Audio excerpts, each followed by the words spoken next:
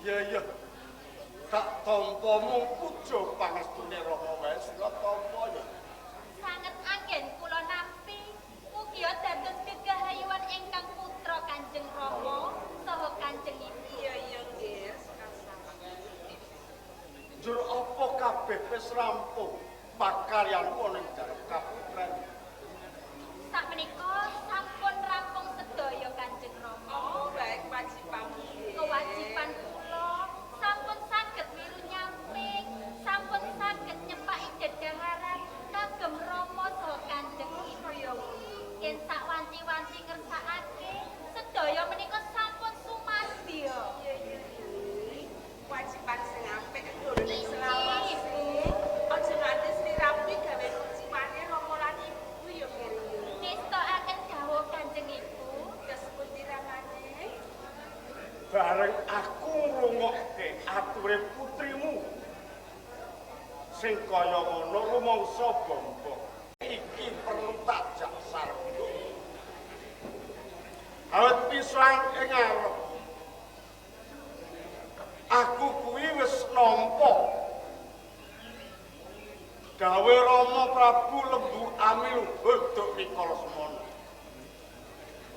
antaraning Jenggala Ngurawan lan Kediri kaben aja nganti nganakake kesra rebut panguwasa bisane tentrem bisane pun kudu dianake bepisan mongko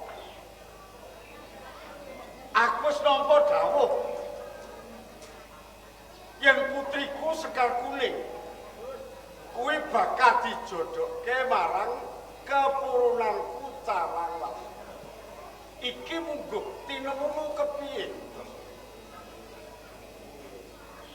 Menika leres inggih dipun ngidikaken Kanjeng Dipati Lembu Mangga. Dadi Pakten Ngurawan menika negari alit. Iya. Ning duk rika semanten kembek ombyaking perang ingkang agungipun boten kanten-kantenan. Bupati Ngurawan sederek penem. Iya. Jenggala Kediri inggih dados pengayoman menika sederek piyambak. Kalebet putra Suwardi Sang Prabu Rake Halu Sri Lukiswara Warmadiwa nggih Sang Prabu Air Langga. Iya.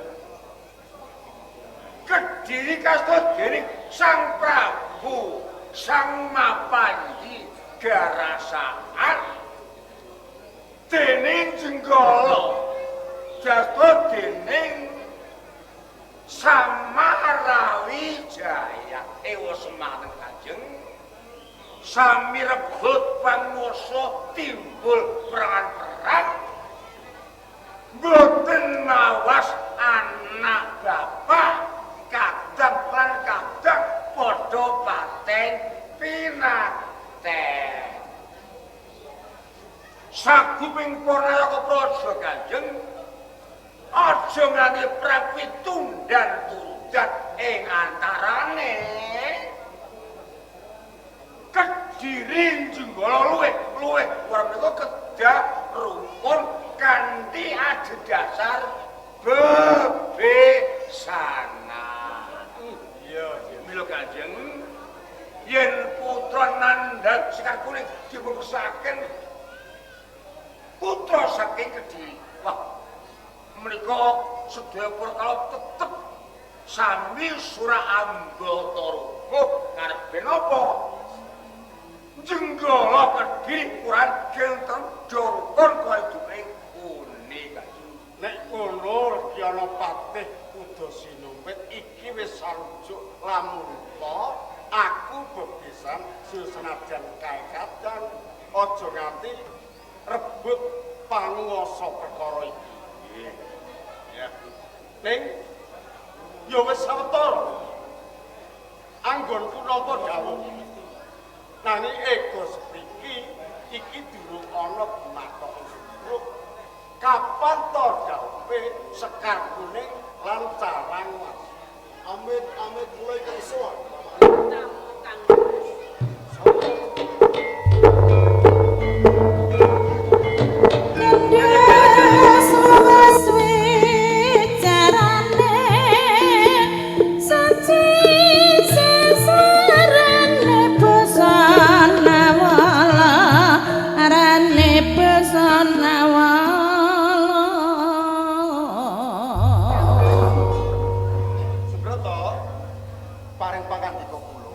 Ya sakwite sira sakotel ya.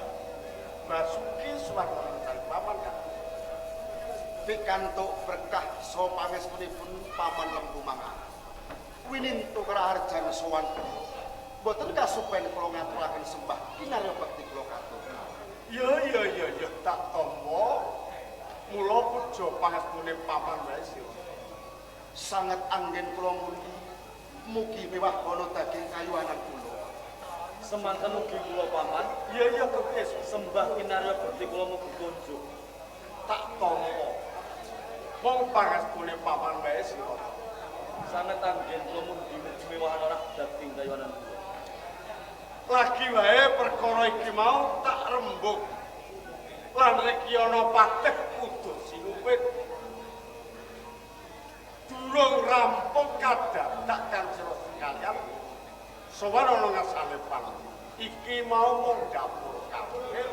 Apa ngelengake tekone ngrawat. Pangaksaminipun ingkang ageng, Paman. Estunipun anggen kula tumapak wonten ing Murawan menika wonten wigasos. Ingkang kedah kula aturaken unjuk ngersanipun Paman Lembu. Ora atur sing aku unjuke ana ngersane Paman. Leres. Jujur apa sing aku atur mundi dawuh saking ngersa dalem Kang Mas Prabu Kameswara. Ingkang supados kula menika ngasukaken dinten dedawanipun ponang temanten Kang Mas Panji Carang Waspa dalah kanggo Sekar. Nah Sekar Rembug dawuhe kadang Carang Waspa lan Sekar Kuning. Leres paman, malah kapara dawuhipun ponang temanten menika sampun dipun rembag keluarga ing Jenggala. Dawuhipun sampun dipun tentokaken dinten Respati Manis. Dina Respati Manis wulan sing lagi arep teko iki menika leres. Ya nek aku ngono mung monat manut bae. Ning perkara iki kudu tak rembug. Lan ujung sing mapan ana ing kados kowe uga melu midhanget to. Ya. Utus Lumbet. Dawuh Kanjenge. Kaya ngono pangandikane. Keponakanku Subrata lan Sunyat teka ing Urangan Sekake Rembug.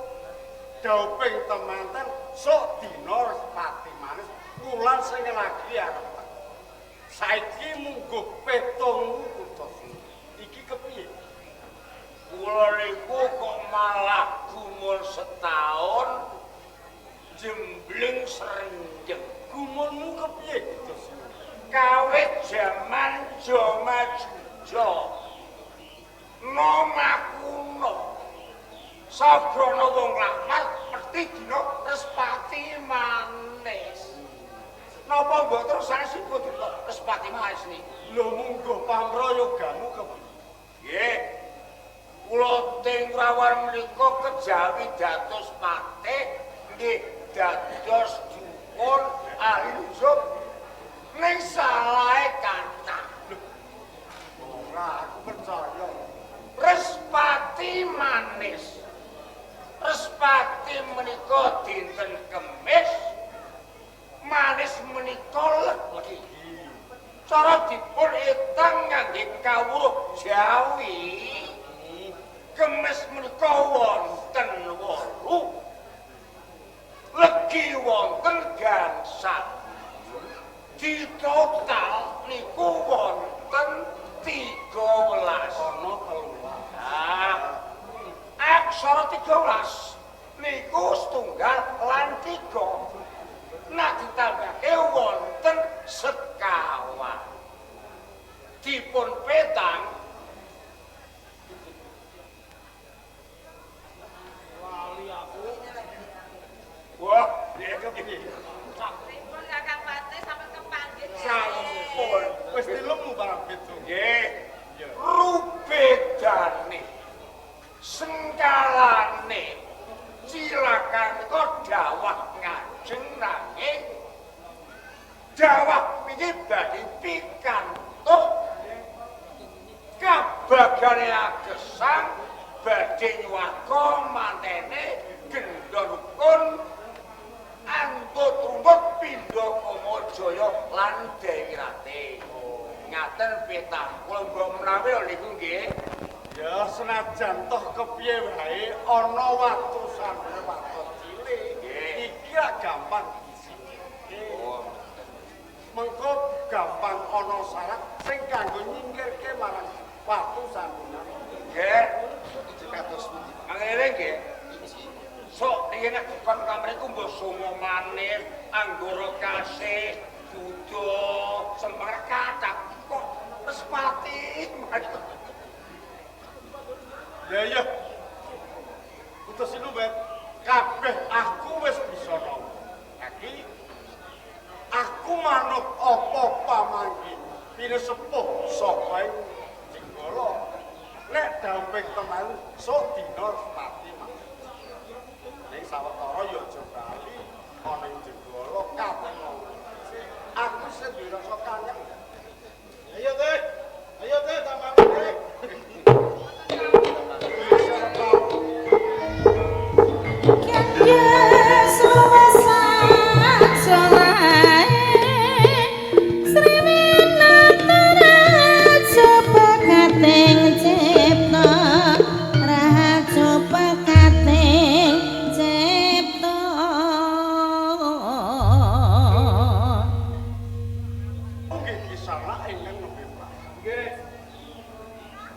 Boten nami kula menika tamu lan kisanak menika kan.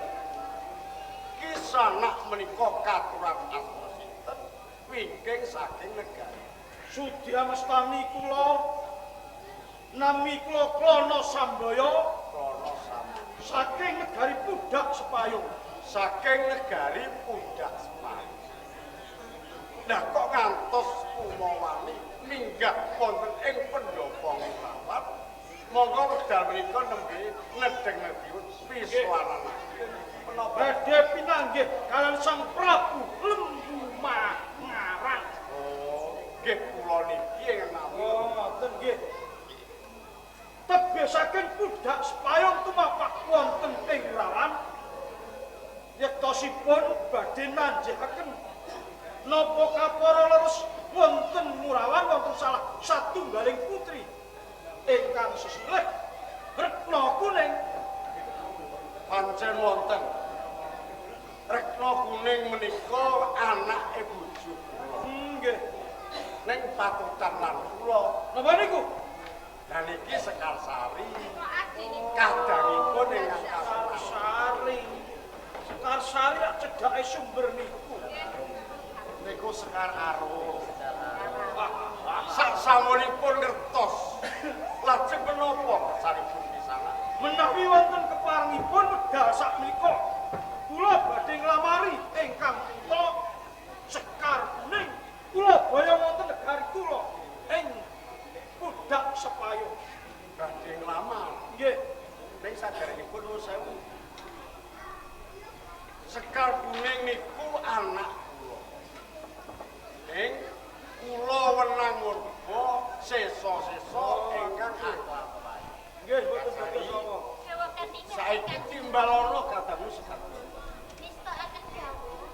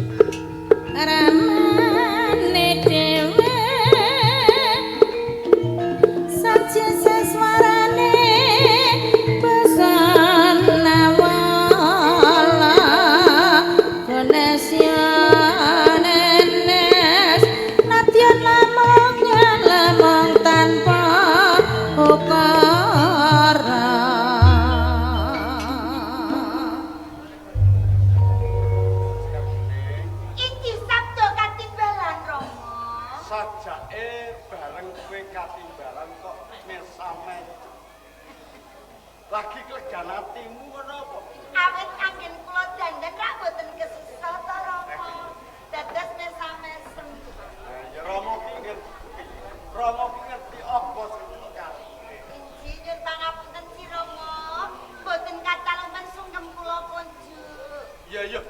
Tak tampa wong puja pangapunten. Sangat anggen kula mundi. Sundep kula katur Ibu. Tak tampa nggih. Mun pangapunten silakan ono ya niki. Ibu sungkem kula katur. Ibu iki Seban Calon mantu. calon iki mangken apa? Oh nggih. Lambat to.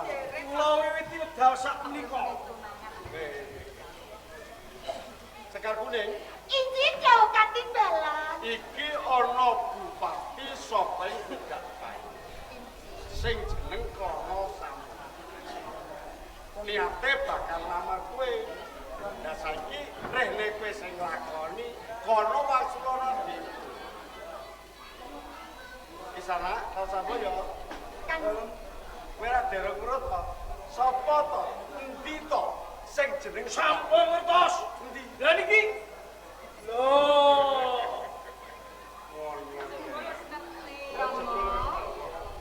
mawi ngaten menika penglamaripun. Nuwun sewu Kanjeng Dipati. Ya jeng kepiye wong ayu? Kalau wau sinten asmanipun? Lono Samboyo. Kanjeng Dipati Rono Samboyo. Menapa saestu badhe nglamari dumateng kula? Pancen ora kleru saka ing Budak Sepayong tumapak ing Orawan nglamari marang sliramu wong ayu. Nun sewu nggih. Awit wedal sak menika punika sampun tunangan kalih Kang Mas Sarang Mas. Tunangan. Iki mila kanthi menika ingkang kedah wangsulan boten kula. Nanging kadang kula kekalih Yai Sunggingan adalah Yai Subroto. Kaya ngono ya iya. Kono-kono Wasulana. Paranaken Wis Yai. pawang suwet.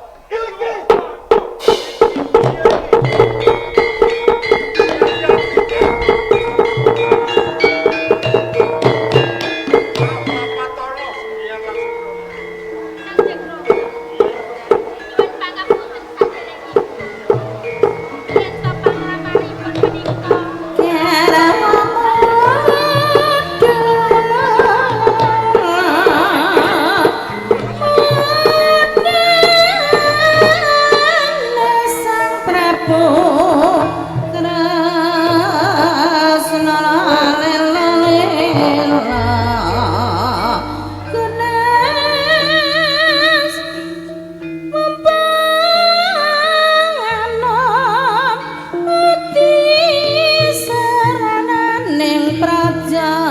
Bapak netole kena sejarane mati sarananing praja kene selasa solae